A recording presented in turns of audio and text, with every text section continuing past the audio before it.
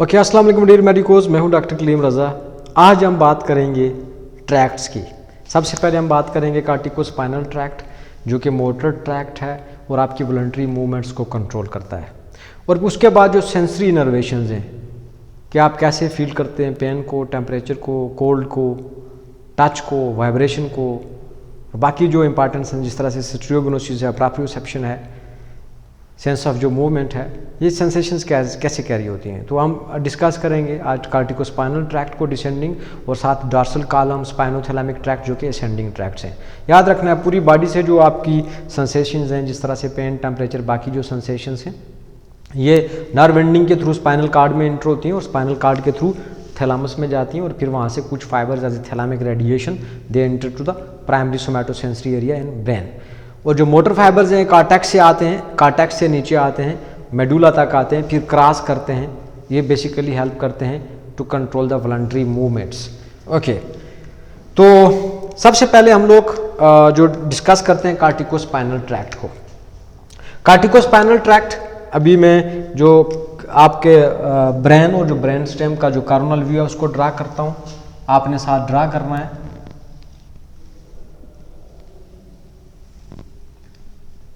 These are basically hemispheres, डायनसेफेलन, इसके बाद ये मिड ब्रेन है, पोन्स, मेडुला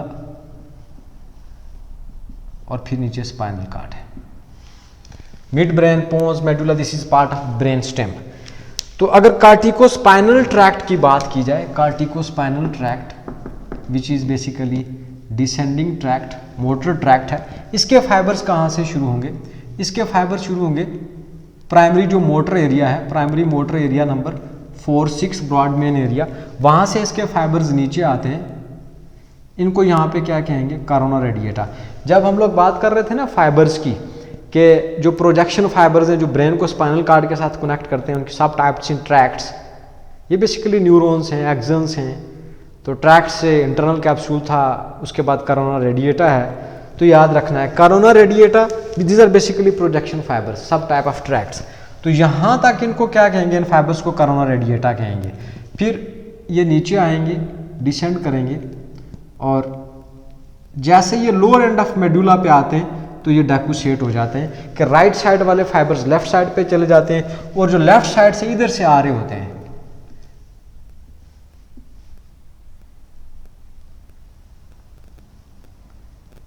ये राइट साइड पे चले जाते हैं। तो एक पहला एमसीक्यू जो यहाँ पे एग्जाम में पूछा जा सकता है कि कार्टिकोस्पाइनल ट्रैक्ट डाइक्यूसेट कहाँ पे होता है, क्रॉस कहाँ पे होता है? तो ये फाइबर्स क्रॉस करते हैं at the lower end of medulla oblongata. Please ये आपने नोट करना है अभी साथ, जिस तरह से मैंने एमसीक्यू पॉइंट लिखा है आपने भी एमसीक्यू पॉइंट लिखना है साथ, कि कार्टिकोस्पाइनल ट्रैक्ट के जो फाइबर्स हैं they cross each other at the lower end of the medulla oblongata. It's mean मैं लिख रहा हूँ राइट हैंड के साथ, ये जो मेरी राइट हैंड की मोटर एक्टिविटी है ये लेफ्ट साइड से आ रही है। जो लेफ्ट साइड की मोटर मूवमेंट्स है ये राइट सेरेब्रल हेमिस्फीयर ये कंट्रोल करेगा। तो यहां पे ये फाइबर्स क्रॉस कर रहे हैं। तो ये तो होगी कार्टिकोस्पाइनल ट्रैक्ट की बात। अगर हम बात करें जो एसेंडिंग ट्रैक्ट्स होते हैं, एसेंडिंग ट्रैक्ट्स, तो एसेंडिंग ट्रैक्ट्स हमारे पास जो इंपॉर्टेंट सेंसेशंस को ऊपर लेके जा रहा है उसमें डॉर्सल कॉलम है और स्पाइनोथैलेमिक ट्रैक्ट। तो पहले हम बात कर लेते हैं डॉर्सल कॉलम की। डॉर्सल कॉलम की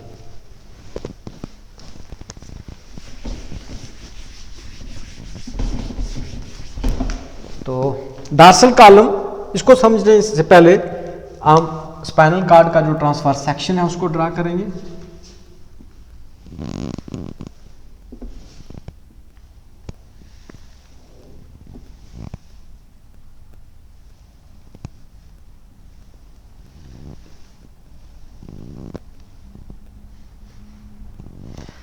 grey matter will divide white matter into 3 columns. ये होगा डॉर्सल कॉलम, ये होगा लेटरल और ये होगा वेंट्रल कॉलम। याद रखना है डॉर्सल कॉलम में हमारे पास सिर्फ एसेंडिंग ट्रैक्ट्स होते हैं।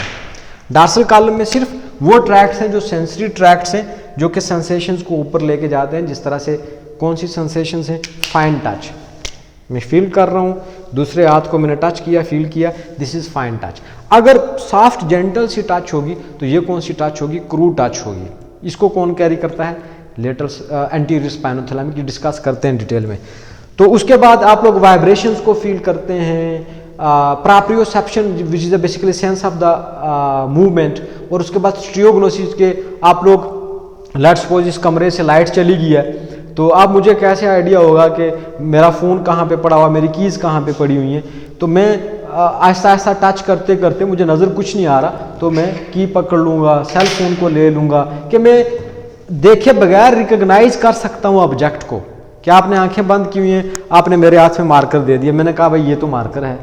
सो दिस इज बेसिकली स्टीरियोग्नोसिस। इस फंक्शन को क्या कहेंगे? स्टीरियोग्नोसिस के object recognition, identification of the objects without seeing. Okay, तो ये स्टीरियोग्नोसिस। तो कौन कौन से फंक्शंस डॉर्सल कॉलम कैरी करता है? लिख लें, stereognosis, proprioception, vibration and fine touch. ये जो 4 फंक्शंस हैं ये डॉर्सल कॉलम। अब डॉर्सल कॉलम के अंदर हमारे पास 2 न्यूक्लियस पड़े होते हैं, एक होता है क्यूनिएटस और ग्रेसिलास। ये भी साथ लिख लें प्लीज, न्यूक्लियस क्यूनिएटस, क्यूनिएटस और साथ न्यूक्लियस ग्रेसिलास। न्यूक्लियस क्यूनिएटस क्या करेगा? ये जो जितनी भी इंपॉर्टेंट सेंसेशन जो मैंने आपको बताई, ये अपर आर्म, अपर लिम्ब और बॉडी से, जो अपर बॉडी है यहाँ से ये सेंसेशंस न्यूक्लियस क्यूनिएटस के थ्रू कैरी होती हैं। और जो न्यूक्लियस ग्रेसिलस है वो लोअर लिम्ब और लोअर बॉडी से ये जो सेंसेशंस कैरी करता है और स्पाइनल कॉर्ड तक लेके आता है। ओके, अब आगे जो हम चीज समझेंगे कि कैसे ये सेंसेशंस आपके ब्रेन तक जाती हैं, क्योंकि ये जो सेंसेशंस हैं ये तो सारी डॉर्सल कॉलम के थ्रू अल्टीमेटली जाएंगे किधर? थैलेमस में, वीपीएल न्यूक्लियस में, और वहां से जो कुछ फाइबर्स हैं वो किधर चले जाएंगे? वहां से कुछ फाइबर्स चले जाएंगे आपका जो प्राइमरी सोमैटोसेंसरी एरिया कॉर्टेक्स में, वहां पे जाएंगे। ओके, तो अब हम आगे एक और जो है वो व्यू ड्रा करते हैं ताकि आपको समझ आए कि ये कैसे फाइबर्स। ओके, यहां पे हम ड्रा कर लेते हैं।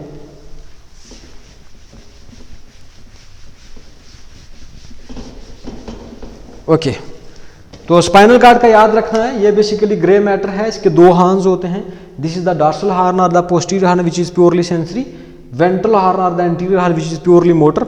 और ये जो मोटर हॉर्न है ये पोलियो वायरसेस को डैमेज करता है, पोलियोमाइलिटिस में डैमेज होता है। पोलियो के कुछ केसेस हैं हमारे कंट्री में भी, तो केस पूछा जा सकता है आपसे कि कौन सा स्पाइनल कॉर्ड का हॉर्न की इंजरी होती है, हॉर्न की पोलियोमाइलिटिस में, तो वेंट्रल हॉर्न जो कि एंटीरियर हॉर्न, मोटर हॉर्न है, इसकी इंजरी होती है, तो याद रखना है। अब डॉर्सल हॉर्न जो सेंसरी है, यहाँ पे ये जो सारी इंपॉर्टेंट सेंसेशंस है ये इंटर होगी डॉर्सल हॉर्न सेंसरी जो इनर्वेशन लेके आ रहा है, फिर डॉर्सल कॉलम के में गई। अब डॉर्सल कॉलम से ये सेंसेशंस ऊपर चली गई,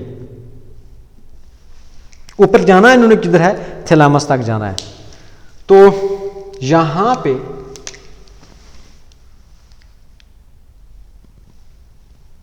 मेड्यूला है, लेट्स सपोज, ये क्या है? पोन्स है, साथ मिड ब्रेन है, और ये फिर ऊपर हेमिस्फीयर पड़े हुए हैं, ये साथ डायनसेफेलन है। तो यहाँ पे डायनसेफेलन में थैलेमस पड़ा हुआ है। तो जितनी भी इंपॉर्टेंट सेंसेशंस मैंने आपको बताई हैं अभी, कौन कौन सी? वाइब्रेशन, फाइन टच, प्रोप्रियोसेप्शन और स्टीरियोग्नोसिस। अब ये सारी सेंसेशंस इंटर होगी डॉर्सल कॉलम, डॉर्सल कॉलम से ये किधर गई? आपके मेडुला में, और मेडुला में 2 न्यूक्लियस पड़े हुए हैं, न्यूक्लियस क्यूनिएटस एंड न्यूक्लियस ग्रेसिलस। न्यूक्लियस क्यूनिएटस और न्यूक्लियस ग्रेसिलस याद रखना है। अगर पूछा जाए कि क्यूनिएटस न्यूक्लियस और ग्रेसिलस न्यूक्लियस कहां पे है, तो ये मेडुला में पड़ा हुआ है। यहां पे ये सेंसेशन सारी क्यूनिएटस और ग्रेसिलस पे गई, तो फिर ये यहां से इनर्वेट होने के बाद यहां पे इनर्वेट होने के बाद ये अपोजिट डायरेक्शन में मूव हो जाती हैं। अपोजिट डायरेक्शन में ये मूव होके असेंड करती हैं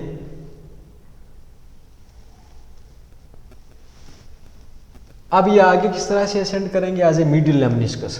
तो याद रखना है, यहाँ पे क्यूनेटस है, ग्रेसिलस है, ये सेंसेशंस यहाँ पे जाके मिली और then they ascend as medial lemniscus.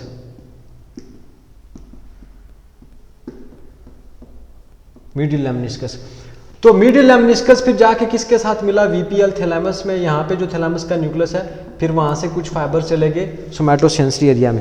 तो समझने की कोशिश करें, जो चीज़ मैं आपको समझा रहा हूँ ड्रा भी करें लेकिन कंसेप्ट क्लियर करें कि वाइब्रेशन है, फाइन टच है, प्रॉप्रियोसेप्शन है या स्टीरियोग्नोसिस है, ये सारा डार्सल कॉलम की जो सेंसेशन है डार्सल कॉलम कैरी करता है। क्यूनिएटस जो न्यूक्लियस है वो अपर आर्म और अपर बॉडी से कैरी करेगा, ग्रेसिलस जो है लोअर लिम्ब और लोअर बॉडी से। डार्सल कॉलम एसेंड करेगा सीधा, मूव नहीं करेगा स्पाइनल कॉर्ड में, सीधा जाएगा किधर, ब्रेन में। ब्रेन स्टेम का जो लास्ट पार्ट है मेडुला, मेडुला में दो न्यूक्लियस पड़े हुए हैं, क्यूनिएटस है और ग्रेसिलस है। क्यूनिएटस न्यूक्लियस और ग्रेसिलस न्यूक्लियस पे ये फाइबर्स जाके सेंसेशंस के मिलेंगे, फिर ये क्रॉस करेंगे। लेकिन जैसे ये ब्रेन में जाएंगे इनको हम ट्रैक्ट्स नहीं कहेंगे, ये लेमनिस्कस हो जाएंगे, ठीक है ना। तो फिर ये जो सेंसेशंस है सारी ये असेंड कर रही है, vibration, fine touch, temperature as a medial lemniscus, तो जाएंगे किधर, वीपीएल थैलेमस में। वीपीएल थैलेमस से कुछ फाइबर चले जाएंगे as a thalamic radiation to your somatosensory area. बार बार सुनेंगे लेक्चर को, ड्रा करेंगे, रिवाइज करेंगे, आपको समझ आ जाएगी। अगर एक बार सुनने से, ड्रा करने से अगर आप लोग कहेंगे कंसेप्ट क्लियर होंगे, दिस इज़ नॉट पॉसिबल। न्यूरोनाटमी इतनी आसान तो है ही नहीं है, ये आपको आइडिया हो गया होगा। तो याद रखना है कि थैलेमिक जो रेडिएशन है, this is also a continuation of basically medial lemniscus. तो मीडियल लेमनिस्कस क्या है basically, medial lemniscus continuation of the dorsal column fibres. जो डार्सल कॉलम से हमारे पास सेंसेशंस आ रही हैं वो मेडुला में क्रॉस कर जाती हैं, राइट साइड वाली लेफ्ट साइड से और लेफ्ट साइड वाली राइट साइड से होके होती किधर, जाती किधर है, थैलेमस में जाती हैं, थैलेमस से फिर आगे जाती हैं किधर, कॉर्टेक्स में जाती हैं जो कि सोमैटोसेंसरी एरिया है। ओके, नेक्स्ट आगे हम बात करेंगे,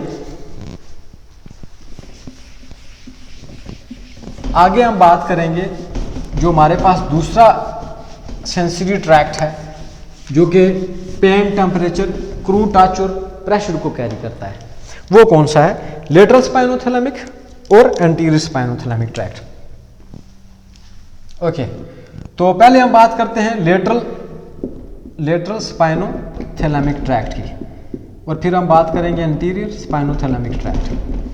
lateral spinothalamic tract basically carry करेगा sensations, pain and temperature. Okay, अब बात आ गई टेम्परेचर की।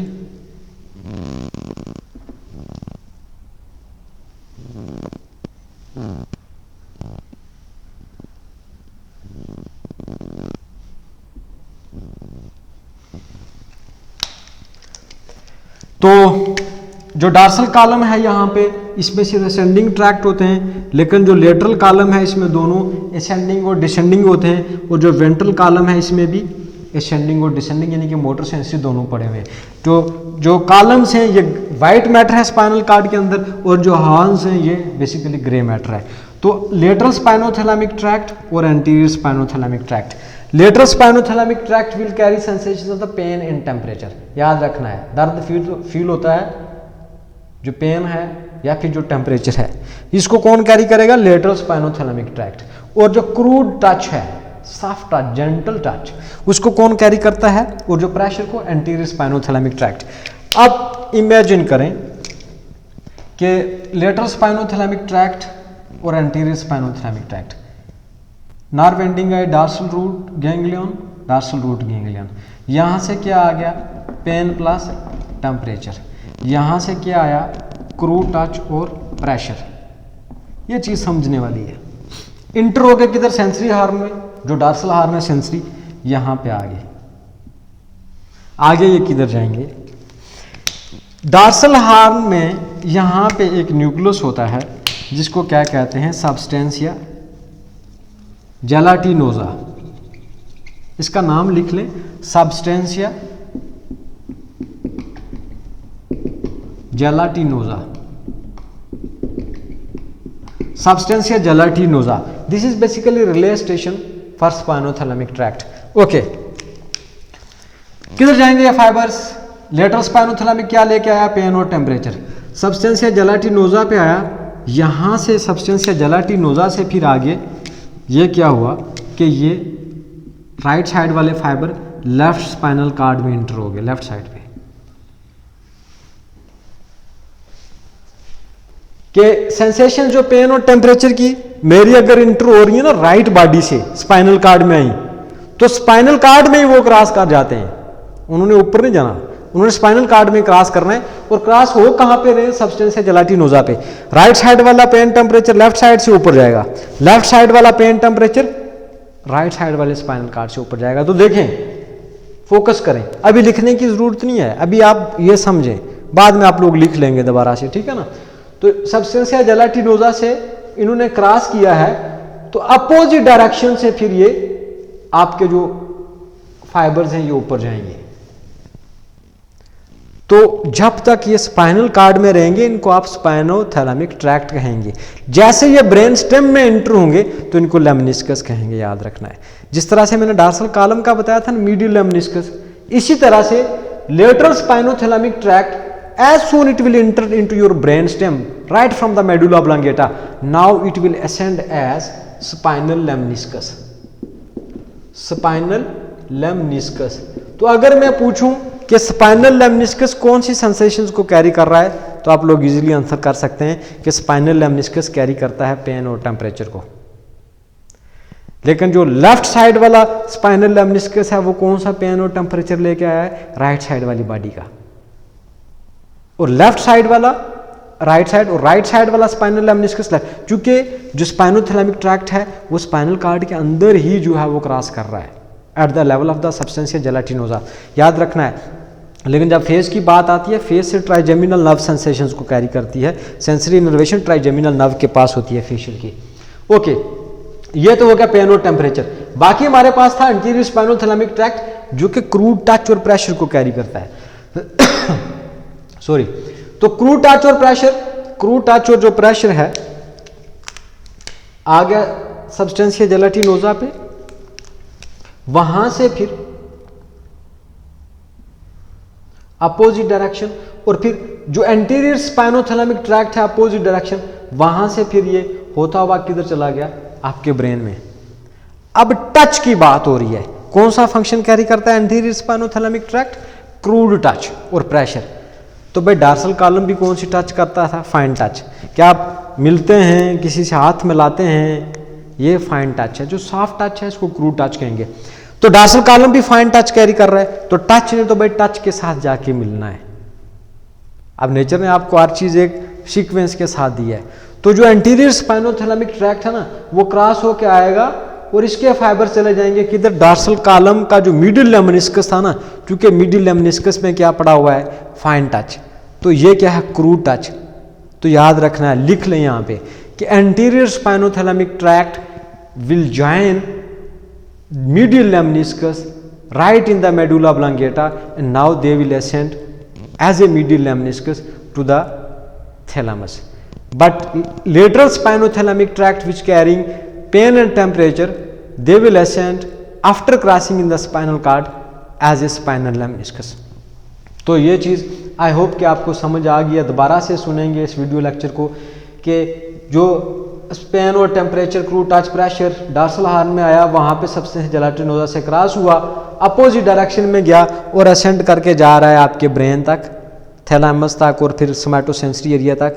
कैसे, स्पाइनल लेमनिस्कस। लेकिन जो क्रूड टच और प्रेशर है वो क्रॉस किया, जो anterior spinothalamic tract opposite direction वाले से ऊपर गया, जाके किसके साथ मिला, मिडिल लेमनिस्कस के साथ। और मिडिल लेमनिस्कस में ऑलरेडी टच भी पड़ा हुआ है, फाइन टच। तो फाइन टच ने क्रूड टच के साथ ही जाके मिलना है, तो वो फिर असेंड किया, जाके चला गया किधर, आपके थैलामस में। तो ये यहां तक हमारा क्लियर हो गया। अब एग्जाम में क्या पूछा जाता है, एग्जाम में पूछा जाता है ब्रोन-शिक्वार्ट सिंड्रोम का। ब्रोन-शिक्वार्ट सिंड्रोम क्या है, basically Hemy section of the spinal cord, Hemy section of spinal cord, कि इसमें क्या हो जाता है कि आधा स्पाइनल कार्ड डैमेज हो जाता है। ओके, अभी बात करते हैं।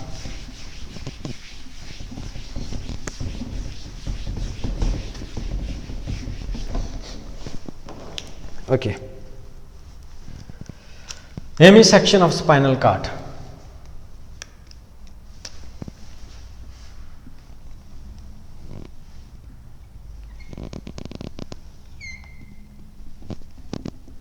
cerebral hemisphere, diencephalon, midbrain, pons and then medulla, और फिर नीचे क्या है, स्पाइनल कार्ड है।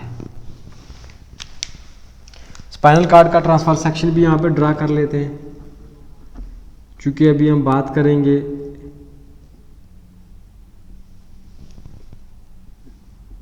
किसकी, ब्राउन-सिकवार्ड सिंड्रोम की।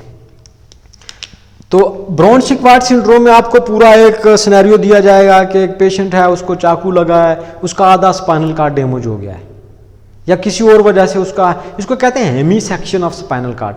हेमी सेक्शन कि आधा स्पाइनल कार्ड डैमेज हो चुका है, ठीक है ना। तो आधा स्पाइनल कार्ड अगर डैमेज हो जाए तो देखें, this is basically mid line, cerebral hemispheres, diencephalon, midbrain, pons, medulla, okay, spinal cord, okay, good. Then next, hemi section of spinal cord. तो सबसे पहले तो ये देखना है ना कि आधा स्पाइनल कार्ड डैमेज हो गया और स्पाइनल कार्ड में पड़ा हुआ क्या है। तो अभी हम डिस्कस यही कर रहे थे कि स्पाइनल कार्ड में हमारे पास क्या पड़ा हुआ, ट्रैक्ट्स पड़े हुए हैं, प्रोजेक्शन फाइबर्स पड़े हुए हैं, उसमें सेंसरी भी हैं और मोटर भी हैं।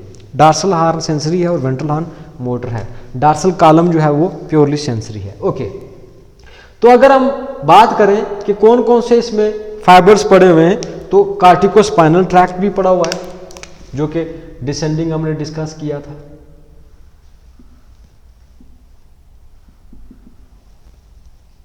ये कार्टिकोस्पाइनल ट्रैक्ट है जो कि डेकुशेट करता है कहाँ पे, लोअर एंड ऑफ मेडुला पे।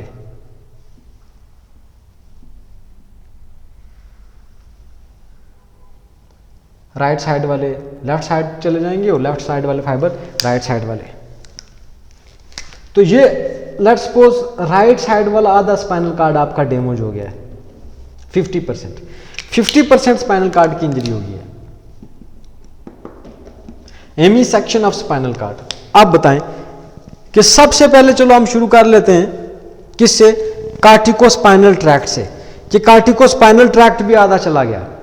तो ब्राउन-सिकवार्ड सिंड्रोम, हेडिंग लिख लें, Brown Sequard syndrome. Brown Sequard syndrome, this is basically Hemy section of spinal cord. Scenario आता है 100% पूछा जाता है कि पूरा एक स्टोरी के मरीज आया है, आधा स्पाइनल कार्ड इंजर हो गया, क्या क्लिनिकल फीचर्स होंगे। तो अगर right side, let's suppose this is my, ये जो दोनों हाथ हैं ये एक स्पाइनल कार्ड है और राइट हैंड जो है इसकी इंजरी होगी, मतलब मेरा राइट साइड वाला आधा स्पाइनल कार्ड डैमेज हो गया। अब जो राइट साइड वाला आधा स्पाइनल कार्ड डैमेज हुआ, मतलब कि मेरा 50% कार्टिकोस्पाइनल ट्रैक्ट भी डैमेज हो गया, 50% स्पाइनोथैलेमिक ट्रैक्ट भी डैमेज हो गया, 50% डार्सल कॉलम भी डैमेज हो गया। तो अगर मुझे इंजरी है राइट साइड पे मुझे अगर इंजरी हुई है, स्पाइनल कार्ड मेरा राइट साइड पे 50% राइट साइड वाला स्पाइनल कार्ड अगर इंजर्ड हो गया, तो कार्टिकोस्पाइनल ट्रैक्ट क्या करता है, ये बेसिकली वॉलंटरी मूवमेंट्स में हेल्प करता है। तो जो प्लेजिया होगा, पैरालाइसिस होगा, वो किस तरफ होगा, राइट साइड पे होगा या लेफ्ट तरफ होगा। तो याद रखना है, बहुत सारे स्टूडेंट्स यहाँ पे क्या मार्क कर देते हैं कि कंट्रालेटरल हेमीप्लेजिया, नहीं, हेमीप्लेजिया क्या होगा, इप्सिलेटरल हेमीप्लेजिया। क्यों? क्योंकि बात हो रही है भाई साहब स्पाइनल कार्ड के लेवल की। अगर हम बात करते हैं ना अबव द मेडुला, अगर देखें इधर देखें, ये कार्टिकोस्पाइनल ट्रैक्ट आ रहा है, यहां से ये मूव कर गया, थोड़ा सा जूम भी करेंगे प्लीज। अगर मुझे इंजरी होती above the level of medulla, यहां पे अगर मुझे इंजरी हो जाती ब्रेन में, यहां पे इंजरी होगी, तो चूंकि इन्होंने फाइबर्स ने नीचे जाके मुड़ना है मेडुला पे, तो अगर राइट साइड पे मुझे ऊपर कार्टिकोस्पाइनल ट्रैक्ट की इंजरी हो रही है, तो मुझे लेफ्ट साइड पे हेमीप्लेजिया होना है। लेकिन ये फाइबर्स हम बात कर रहे हैं स्पाइनल कार्ड पे, तो स्पाइनल कार्ड पे तो डेकोसेशन नहीं होनी, वो तो डेकोसेशन ऑलरेडी ऊपर हो चुकी है। तो in case of injury to the spinal cord in Brown Sequard syndrome, you people will have ipsilateral hemiplegia. क्या होगा? इप्सिलेटरल हेमीप्लेजिया के सेम साइड पे हेमीप्लेजिया होगा, फर्स्ट क्लिनिकल फीचर। आपको सिनेरियो भी दिया जा सकता है, पहले इसको डिस्कस करते हैं, फिर मैं बताता हूँ किस तरह का क्वेश्चन आ सकता है। इप्सिलेटरल हेमीप्लेजिया याद रखना है। ओके, अब और क्या इसमें पड़ा हुआ था, दूसरा ट्रैक्ट कौन सा पड़ा हुआ है, स्पाइनोथैलेमिक ट्रैक्ट, डार्सल कॉलम पड़ा हुआ है। तो पहले डार्सल कॉलम को डिस्कस कर लेते हैं। 50% डार्सल कॉलम डैमेज हो गया। अब डार्सल कॉलम कौन सी सेंसेशंस को कैरी करता था, वाइब्रेशन है, फाइन टच है, प्रोप्रियोसेप्शन, स्ट्रियोग्नोसिस। वो किधर चले जाते थे, सीधा मेडुला ऑब्लोंगेटा में। अब इंजरी हमें कहां पे हुई है, स्पाइनल कॉर्ड पे हुई है, तो इप्सिलेटरल रहेगा। Ipsilateral loss of vibration, fine touch, proprioception and stereognosis. अगर बात होती ना अबव द मेडुला के मीडियल लेमनिस्कस की बात होती, चूंकि मीडियल लेमनिस्कस कंटिन्यू करता है ना ब्रेन में डार्सल कॉलम को, तो फिर कंट्रालेटरल फीचर आते। अगर राइट साइड वाले मीडियल लेमनिस्कस की इंजरी है तो मतलब कि ये जो सारी डार्सल कॉलम वाले फीचर थे लेफ्ट साइड के डैमेज होने थे। याद रखना, जहां भी लेमनिस्कस की बात आएगी कंट्रालेटरल फीचर्स होंगे, लिख लें। लेकिन अब हम बात कर रहे हैं ब्रोन-सिक्वार्ड सिंड्रोम की, जो कि स्पाइनल कॉर्ड के लेवल पे है। तो यहां पे अगर डार्सल कॉलम की इंजरी हुई है तो इप्सिलेटरल फीचर्स होंगे। तो ipsilateral loss of, second clinical features please write, ipsilateral loss of vibration, उसके बाद proprioception, stereognosis and then fine touch. तो भाई आधी बाडी से क्या हो गया, सेम साइड से राइट साइड पे इंजरी है तो आधी बॉडी से वाइब्रेशन चली गई, fine touch, proprioception, stereognosis. Okay, dorsal column का भी डिस्कस हो गया। आगे हमारे पास रह जाता है spinothalamic tract. Okay, third clinical feature. अब देखें, मैंने अभी आपको बताया था डिटेल के साथ कि जो स्पाइनल कॉर्ड है इसके अंदर डार्सल हॉर्न पे सब्सटेंशिया जेलाटिनोसा है, जहां रिले स्टेशन है, जो स्पाइनोथैलेमिक ट्रैक्ट के फाइबर स्पाइनल कॉर्ड के अंदर जो है वो क्रॉस कर जाते हैं, डेकोशेट करते हैं, अपोजिट डायरेक्शन में चले जाते हैं। तो अगर मुझे राइट साइड का आधा स्पाइनल कॉर्ड की इंजरी है तो मेरा पेन और टेम्परेचर किधर लॉस होगा, लेफ्ट साइड पे, क्योंकि स्पाइनल कॉर्ड के लेवल पे उन्होंने क्रॉस किया था। तो क्या होगा, कंट्रालेटरल। अब यहां पे आपने क्या लिखना है, contralateral loss of pain plus temperature. Contralateral loss क्यों हुआ है, contralateral loss of pain and temperature because spinal cord के अंदर जो स्पाइनोथैलेमिक ट्रैक्ट है वो क्रॉस कर जाता है at the level of substantia जेलाटिनोसा।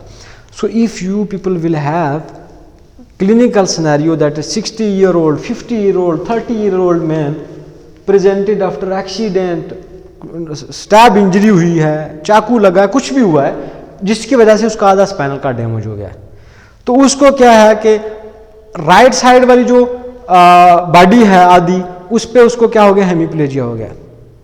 Right side वाली बॉडी पे डार्सल कॉलम के फीचर चले गए, लेफ्ट साइड पे उसको पेन और टेम्परेचर फील नहीं हो रहा। तो this is Brown Sequard syndrome. Ipsilateral hemiplegia लिख लें, because of the injury of the corticospinal tract, then ipsilateral dorsal column loss of features, then contralateral pain and temperature. these are the clinical features of the Brown-Séquard syndrome, hemisection of the spinal cord. I hope you people understood. दोबारा से सुनेंगे, लिखेंगे, इसको revise करेंगे तो concepts clear हो जाएंगे। अगर इंजरी होती ना above the level of medulla तो फिर कंट्रालेटरल हेमीप्लेजिया होना था, लेकिन अब कार्टिकोस्पाइनल ट्रैक्ट के फाइबर्स ऑलरेडी ऊपर क्रॉस कर चुके हैं तो स्पाइनल कार्ड में आ गए, तो इन्होंने यहाँ पे तो क्रॉस नहीं करना, तो इसलिए इप्सिलेटरल हेमीप्लेजिया है। कंट्रालेटरल पेन एंड टेम्परेचर क्यों हो रहा है, क्योंकि स्पाइनल कार्ड के अंदर ही जो स्पाइनोथैलेमिक ट्रैक्ट जो कि पेन एंड टेम्परेचर को कैरी करता है वो क्रॉस कर जाते हैं। बाकी आगे हम इंशाल्लाह डिस्कस करेंगे सेरिबेलम को, और जो ब्रेन स्टेम के जो मिड ब्रेन पोन्स मेडुला के जो सिंड्रोम्स हैं उनको डिस्कस करेंगे। बार बार चीज़ों को रिवाइज करना होता है, लिखना होता है, रिकॉल करना होता है, तो आपके कंसेप्ट्स क्लियर हो जाते हैं। ये एक दो बार सुनने से इतना आसान तो है नहीं है न्यूरोनाटमी, तो मेहनत करेंगे आप लोग, इंशाल्लाह कामयाब हो जाएंगे। Till next video lecture, take care, अल्लाह हाफिज़।